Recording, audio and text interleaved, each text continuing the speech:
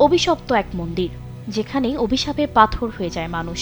কথিত আছে, সারা রাত এই মন্দির চত্বরে থাকা মানেই মৃত্যু অনিবার্য। পৃথিবীতে এমন অনেক জায়গা আছে যেগুলোর সঙ্গে জড়িয়ে আছে অনেক বড় রহস্য। এমনই একটি জায়গা হলো এই মন্দির, যেখানে অনেকগুলো দুর্গ রয়েছে যেগুলোর সঙ্গে ভীতিকর রহস্য জড়িয়ে আছে। ভারতের রাজস্থানের বারমের জেলার কিরারুতে অবস্থিত অভিশপ্ত এই মন্দির শুধু এখানকার দুর্গ আর সংস্কৃতি নয়, রাজস্থানের ইতিহাস, মরুভূমির বৈশিষ্ট্য আর নানান লোককথায় রহস্যে আবৃত এই রাজ্য।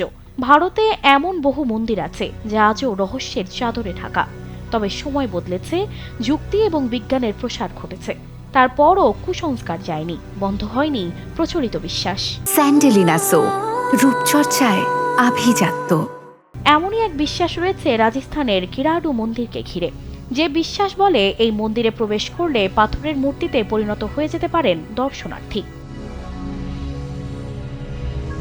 ভারতের বিভিন্ন প্রান্তে ছড়িয়ে ছিটিয়ে আছে হিন্দু মন্দির, তবে এই সমস্ত মন্দিরকে ঘিরে যা কথিত রয়েছে সে সমস্ত ঘটনা একেবারে হাড়হিম করা।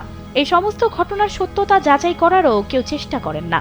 মানুষ পাথরে পরিণত হওয়ার বিষয়টি আদৌ সত্য কিনা সেটি যাচাই করে দেখারও সাহস দেখান না কেউ।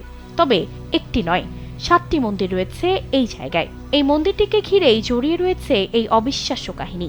এই 7টি মন্দিরের মধ্যে 2টি মন্দিরের অবস্থা একেবারেই ভগ্নপ্রায়।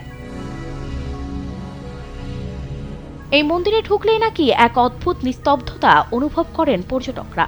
যদিও এই মন্দিরের পাথর হয়ে যাওয়ার যথাযথ কোনো বৈজ্ঞানিক ব্যাখ্যা নেই, কিন্তু আজও পর্যটকেরা এই মন্দিরে সূর্যাস্তের পরে যেতে ভয় পান। গ্রামবাসীদের দাবি, রাত বাড়লেই অভিশপ্ত ছায়ামূর্তিরা মন্দির চত্বরে ঘুরে বেড়ায়। পাথর থেকে বেরিয়ে আসে মানুষের শ্বাস প্রশ্বাসের শব্দ। সানজিদা রহমান, কালবেলা।